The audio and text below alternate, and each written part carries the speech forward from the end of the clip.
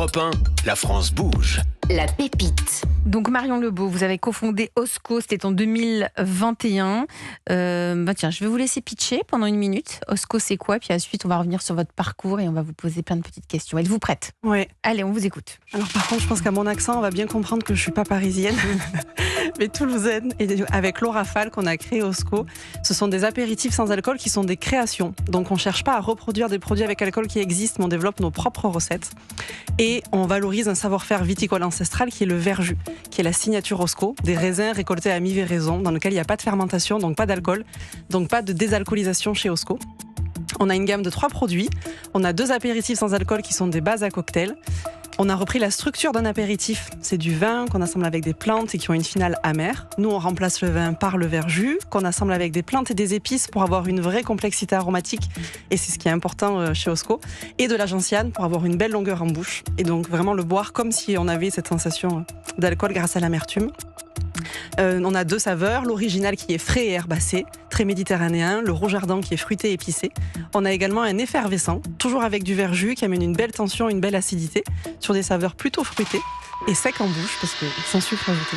Merci pour votre pitch Marion Lebeau. En plus, les bouteilles sont très très belles, hein. Je tiens à le préciser. L'entreprise n'est pas née non plus à Paris, elle est née à Toulouse. Si, on est à Paris, mais en fait...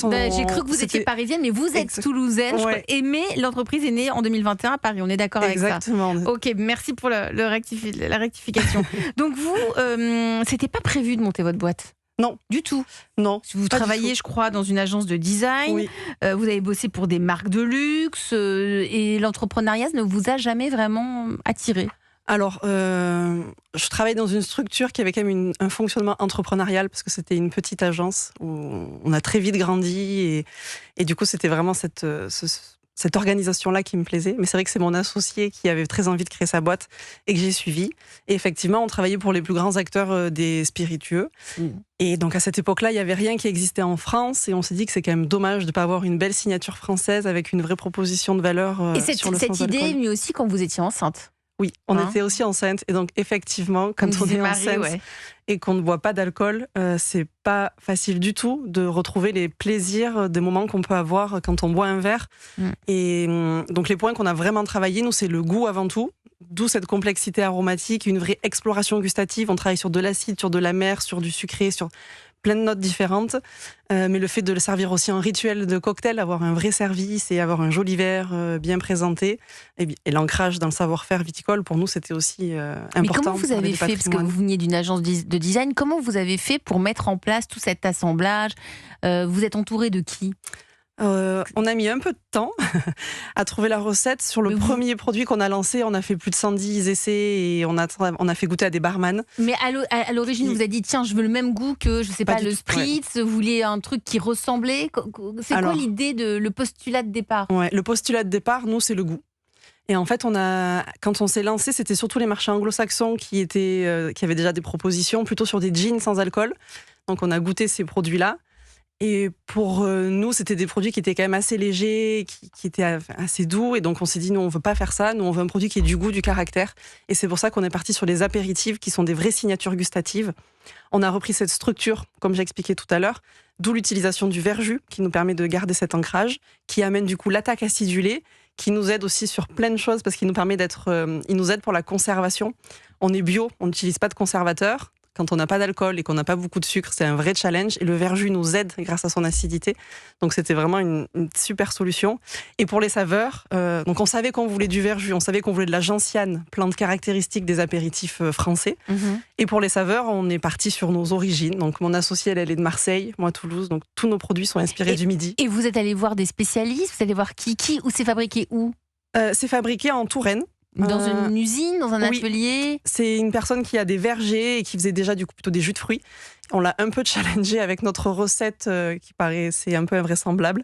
De la même façon que le labo avec lequel on a travaillé, qui nous a aidé du coup sur cette partie réglementaire, sur la conservation, qu'on a beaucoup challengé sur la partie organoleptique, parce qu'ils ont l'habitude de faire des jus de fruits, des sodas, mais pas du tout des boissons avec cette complexité en bouche.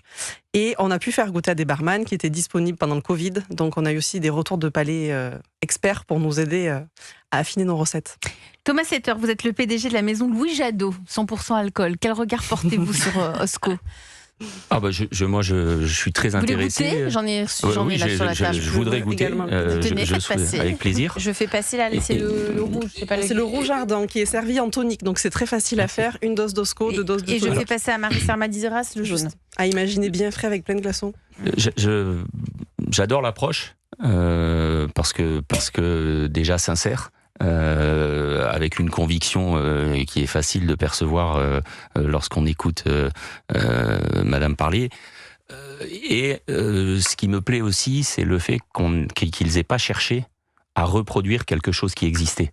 Je pense que comme base de départ, c'est pas on veut faire un Saint-Germain sans c'est pas alcool. un Saint-Germain sans alcool, c'est pas un Negroni sans alcool, c'est pas ceci sans alcool. C'est une proposition pour un moment de convivialité, mais sans alcool, avec une conviction, avec des produits qu'il sélectionne, avec une approche sincère, tournée vers le goût, la qualité. Donc ça, je trouve ça super intéressant, et je pense que l'alternative entre guillemets sans alcool pour des amateurs et des consommateurs qui souhaiteraient se tourner vers j'irais des boissons sans alcool, elle peut avoir du succès s'il y a autant de sincérité, autant de détermination et de passion, il n'y a pas de raison.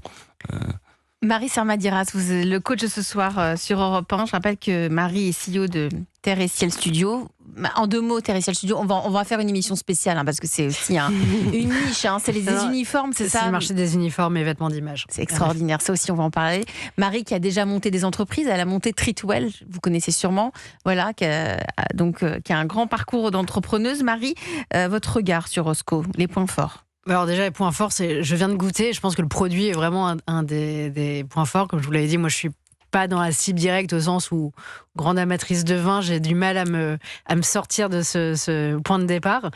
Et il est vrai que ce que je viens de goûter, c'est extrêmement riche, ça ne copie pas, et ça a c'est un produit à part qui peut vraiment être très plaisant pour remplacer un moment de convivialité à l'alcool. Et ça, c'est génial. L'original est hyper dense et hyper complexe.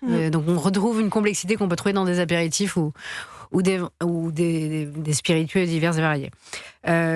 Moi, la principale question que j'ai, c'est d'essayer de comprendre si c'est vraiment une tendance de marché avec de plus en plus d'amateurs. Et ça, je pense que les stats parlent en la faveur de ça. C'est-à-dire qu'aujourd'hui, je crois que 20% des personnes sont amatrices de boissons sans alcool, au sens large. Est-ce qu'il y a une véritable consommation durable de la part de ce segment de marché? Est-ce que la récurrence de la consommation est identique à celle de ceux qui sont amateurs de vin? Quelle est votre vision là-dessus? En tout cas, ce qu'on voit, c'est qu'on sort de l'effet où on avait juste un pic de consommation au moment du Dry January, qui nous a permis le quand même fameux mois où on ne boit pas d'alcool, on est censé ne pas boire d'alcool. Qui nous a quand même permis de faire connaître le segment du sans-alcool et de prendre la parole sur ce moment de consommation un peu nouveau. Et en fait, ça s'étale tout au long de l'année. Et clairement, on l'a vu chez nos clients cavistes sans alcool.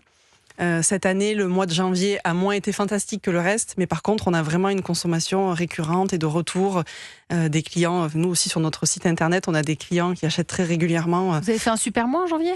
On a fait un bon mois. Un bon mois, mais qui du coup est un mois qui se lisse sur les mois de l'année. D'accord, en fait. Donc il y a une récurrence, pour répondre à la question de Marie, ça y est, c'est ancré dans certaines habitudes. Oui, complètement. Marie?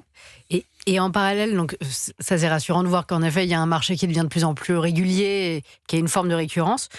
Et de l'autre côté, j'ai l'impression que le marché se complexifie. C'est-à-dire que les grands acteurs des spiritueux, les Diageo, les AB InBev, les Pernod, sont en train de lancer leur propre marque sans alcool, d'un côté.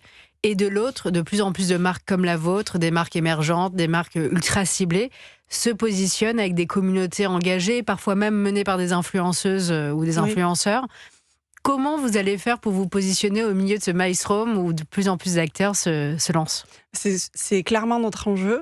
C'est pour ça que notre positionnement dès le début a été sur de la création de produits et vraiment la définition de nos propres saveurs, en se disant que les grands acteurs, eux, seront tout à fait à même de faire leur version sans alcool. Là, on le voit, toutes les grandes marques, en tout cas, ils prennent certaines marques piliers de leur portefeuille qui déclinent en version sans alcool. Avec des choses qui sont effectivement des fois plus ou moins réussies, mais aujourd'hui sur la bière typiquement on trouve des produits qui sont très bons, donc assez convaincu qu'un jour on aura aussi peut-être des vins qui seront beaucoup plus convaincants, et du coup voilà, on a vraiment ce point de différenciation sur le fait qu'on a qu'on développe nos saveurs, mais qu'on garde aussi cet ancrage dans le savoir-faire viticole. Et ça, c'est quelque chose que peu de marques font, viticoles ou autres. Mais en fait, le fait de vraiment travailler un produit du terroir et d'avoir toute cette construction derrière, c'est un point qui est un élément très fort chez Osco. Marion Lebeau, vous, on l'a compris, vous avez des très bons retours des professionnels, ça marche bien. Vous nous l'avez dit que vous avez fait un bon mois de janvier, que finalement c'est assez stable, vous travaillez avec des belles caves. Votre principal besoin aujourd'hui, c'est quoi ? C'est de vous développer encore plus, d'aller vers quoi ? Oui, exactement. Nous, notre enjeu, c'est de nous développer encore plus. C'est aussi pour ça qu'on est sur Wine Paris, qui cette année a développé tout un hall donc spécifique. Ce fameux salon, hein, d'où la raison de l'émission de ce soir. Ouais. Et d'ailleurs, nous, on n'est pas sur le hall Bino, on est sur le hall Bispirit. Donc on est parmi les spiritueux. Notre distribution, on la calque sur de la distribution, de spiritueux. Marie Sarmadiras a aussi d'autres petites questions à vous poser pour essayer de vous challenger, parce que c'est le but de la France Bouge. Et puis on va découvrir dans un instant Laetitia Ouspointour, qui a fondé Créa Wine et qui est avant tout vigneronne. Vous allez nous raconter un petit peu tout votre parcours. Mais d'abord, pause en musique. Sixpence None the Richer, Kiss Me. Europe 1, 21h, 22h, la France bouge. Elisabeth Assayag. Tes fraises, tes cerises, un baiser dont je prends ton mon vin d'été à tous ces saveurs en même temps. Summer Wine, Clara Luciani, bienvenue si vous nous rejoignez dans une France Bouge qui nous fait du bien, évidemment, comme chaque soir sur Europe 1, mais ce soir on consomme tout avec modération. Nous sommes avec Thomas Setter, le PDG de la maison Louis Jadot, à l'occasion de Wine Paris, ce salon incontournable de référence pour la filière du vin. D'ailleurs, je crois que le président Macron est venu vous rendre visite. Alors c'est lui qui va inaugurer le salon. Alors l'inauguration, c'est pas forcément à la première heure, mais je pense qu'il sera sur le salon aujourd'hui. Oui. D'accord. J'ai lu ça. Moi aussi. C'est important pour vous que le président de la République vienne rendre visite à cette filière du vin ? Alors c'est important comme un symbole. Après, plus que le président lui-même, c'est que les instances se sentent concernées par la filière, par ce à quoi on fait face, les challenges, les opportunités, les contraintes. Donc oui, c'est important. C'est important. Vous savez qu'on fait un quiz chaque soir dans la France Bouge. C'est un quiz préparé avec soin et avec talent par César Dian. Vous êtes prêts ? Prêt. Allez. Un grand vin, Thomas Setter, c'est d'abord le terroir ou la main de l'homme ? C'est le terroir. Rouge ou blanc quand vous rentrez chez vous ? Moi, je suis plutôt rouge. Le plus gros défi aujourd'hui pour une grande maison de Bourgogne, c'est le climat, l'export ou le recrutement ? C'est le recrutement pour trouver des gens dans la vigne. On peut encore innover dans un métier vieux de plusieurs siècles ? Toujours. Diriger une maison historique comme Louis Jadot, c'est plus de pression, plus de liberté ? La pression de la liberté. Ah, pas mal comme réponse. Merci Thomas Setter, PDG de la maison Louis Jadot. Nous sommes toujours avec Marion Lebeau, la cofondatrice d'Osco. Osco, ce sont des cocktails sans alcool. Les petites recommandations de Marie Sarmadiras, quelles sont-elles ? Alors, je trouve que ce que vous avez fait jusqu'à présent est incroyable. Donc, c'est plus me tourner vers l'avenir. L'avenir, je pense que votre principal enjeu, ça va être de, comme vous le disiez, vous développer, mais vous êtes un peu une croisée des chemins. Celle où vous devez passer de pionnier à consolidateur ou peut-être cible d'acquisition pour un des gros du secteur. Et ça se prépare.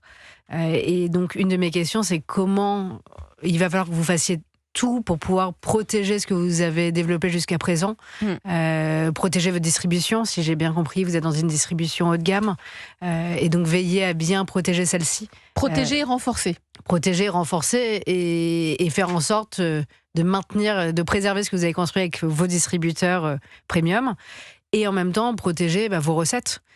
Qu'est-ce qui fait que demain, un concurrent, un gros acteur qui aura beaucoup plus de financement que vous, ne pourra pas essayer de copier ces recettes ? Comment les protéger ? Comment vous distinguer ? Peut-être que c'est déjà fait, Marion ?